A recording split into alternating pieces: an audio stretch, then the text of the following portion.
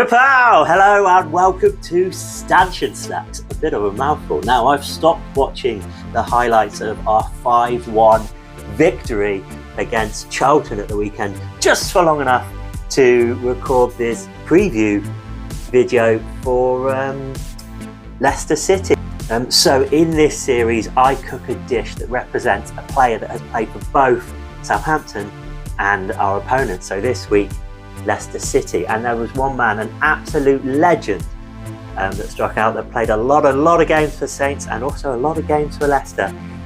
He's so much of a legend that I've decided to dress a little bit like him for this episode, and that is of course Peter Shilton. So this dish is Peter Shilton, or today it is Peter Stilton. Now, I know last week's episode also involved blue cheese, but we won 5-1, so maybe I will continue cooking with blue cheese as long as we keep winning. Now, when I was kind of thinking what to do with Stilton, I'm not a huge Stilton fan. Glass of Stilton? No, a glass of Stilton, that would be insane. A little bit of Stilton, glass of port at the end of the day, beautiful. Maybe at Christmas, delicious. But the best way that I would say I've probably ever had Stilton, or that I've enjoyed Stilton the most, is in a sausage roll. So we're going to be doing a version of a sausage roll today, but don't run away. Don't start clicking on something else just yet, because there is one hell of a twist coming up in this episode. But the first thing we're going to do is create a Stilton sausage filling for our sausage roll. I had a little trip round Morrison's today because Spencer's had closed by the time I'd stopped watching all the highlights. Towards the byline, step over, pulls it back, and a clear header, and that is 1-0, and it's a brilliant header from Brian Manning. And I found this incredible sausage, which is a Hampshire breed. So we're going to be doing a Hampshire sausage and Stilton roll. So first of all, this lovely Stilton that I haven't had out the fridge for too long. Obviously, if you're eating it normally, you want it out the fridge, but this situation, we don't. And I'm going to sort of dice it up relatively big, because this will crumble, but we want to keep some of the nice sort of texture. Okay, so just like that. So we've got some kind of big chunks, but obviously it doesn't matter if the little bits crumble. So sausages, these are quite big boys. These are about 90 grams each. So I think I'm going to use 2 of these, and I'm just going to cut the skins off, which basically then creates us sausage meat.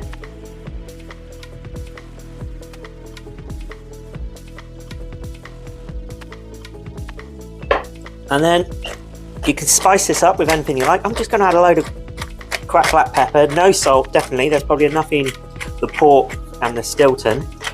And I'm just going to keep this pretty simple, really. But if you wanted to add any spices to this, you can. And then to that, add as much Stilton as you like, really. And try to add some of the big bits.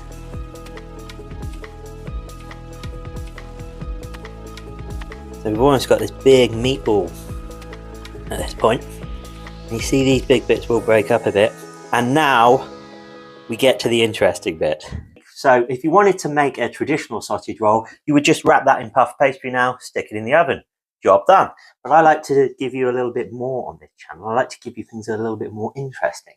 And when I was thinking of making an episode to do with Leicester, there was one thing that I really wanted to incorporate, and that is, of course, a bag of crisps. So I've opted for ready salted because they're red, of course. I couldn't bring myself to use a blue bag of crisps, not on this channel. Delicious. Could just slap this between 2 slices of bread and we'd be home and dry, guys. Instead of pastry, we are going to cover our sausage roll, or coat our sausage roll, in a bag of crisps. So to do that, first things, of course, we'll take the whole bag. You might even need 2 for this, but we'll see how we get on. And we're just going to crush them up. You can use your hand. I'm just going to use this part of the pestle and mortar. I don't know if this is the pestle or this is the mortar. Comment inside. And you do want to crush these up pretty fine, similar to like nice fine breadcrumbs. Okay, slightly sandy. I do feel like we might need another half a bag. Let's go for it. And you know what? As we're adding another half a bag, we'll use a bit of salt and vinegar. I couldn't possibly use blue, but I could use green. We do have that. One of my favourite shirts of all time is the green awaker. That's actually quite nice.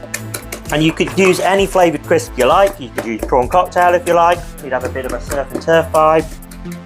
You could add any other spices to this mix now if you wanted to. But I think for now, for me personally, that will do. Now,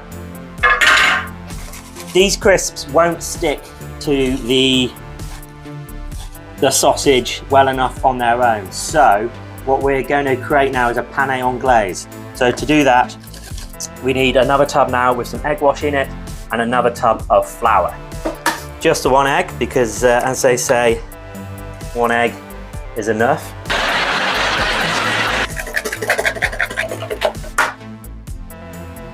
We get our big oud sausage that's had a bit of a sort of relax, peeled out a bit.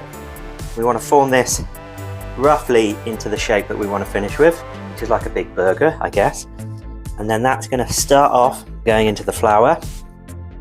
And as you can see, he's almost the size of the tub. It's going to be a big boy. Okay, you want to get flour on everything. And then into the egg. That flour we will definitely throw away. And then again, egg on everything. And then out the egg. Look at this. Oh yes.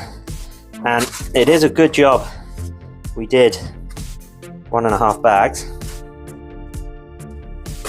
because I think we pretty much need all of this crisp with a nice sort of crush down.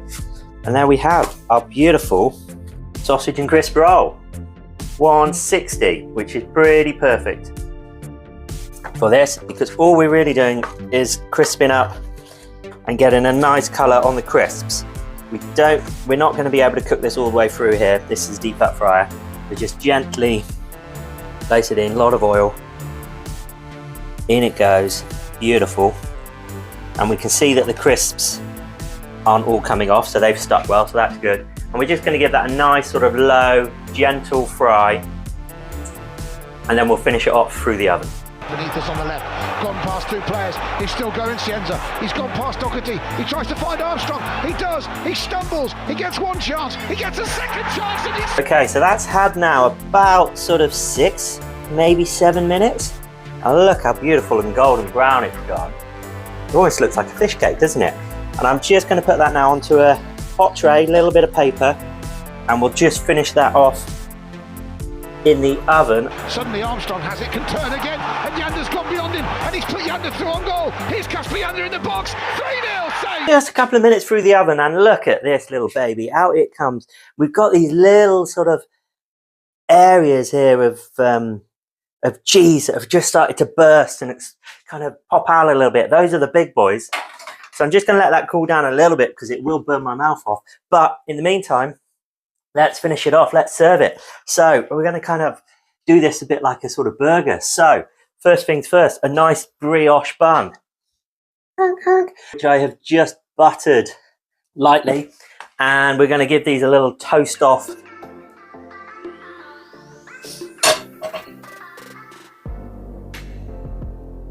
So that's the lid, beautifully toasted.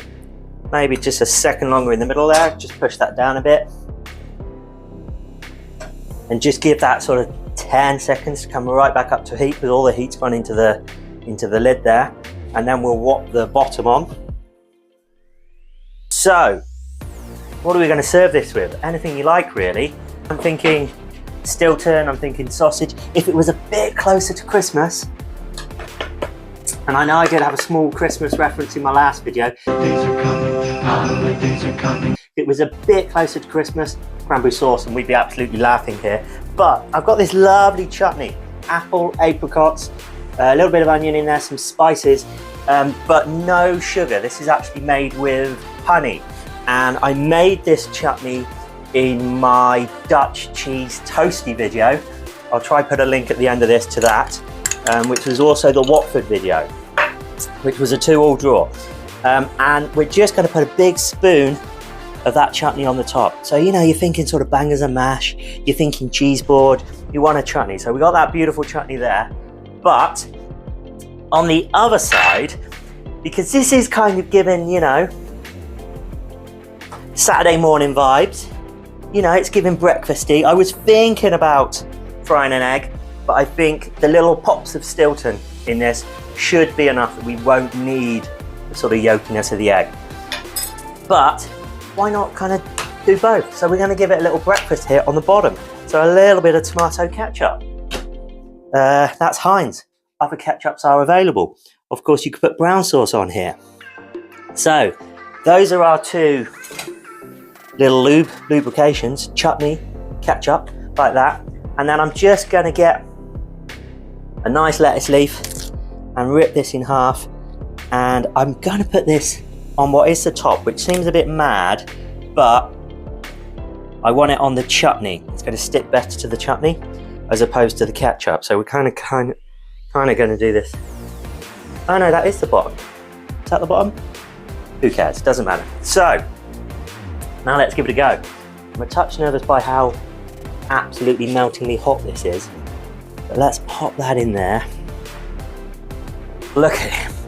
Oh, sensational. Is that in shot? Yes, it is. Lid on.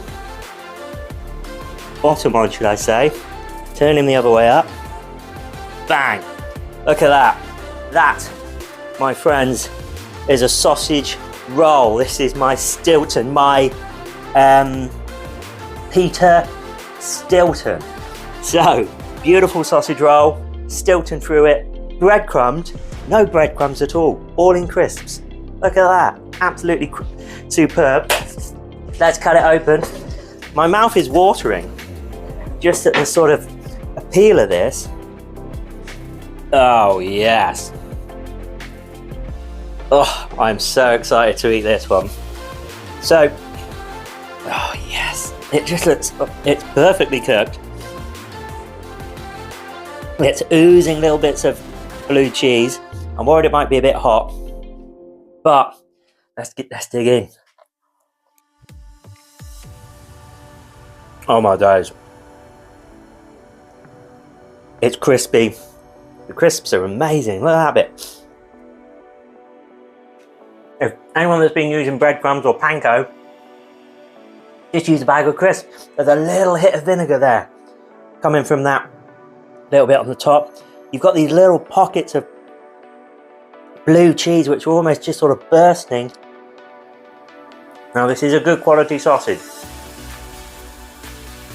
Good ingredients, treated with a bit of love. That's all you need. There's a bit of chutney on the floor.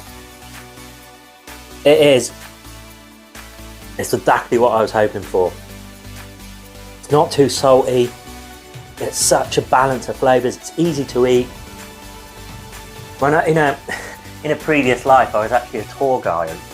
I was actually a tour guide around Borough Market. Most days, I used to eat a sausage roll from Ginger Pig. Big up Ginger Pig. Anyone in London, get down to Ginger Pig. I know Borough Market comes across as a bit of a tourist trap, but there's some absolute little gems of places down there. Ginger Pig being one of them. And they do a Stilton sausage roll. That's kind of what I was going for here.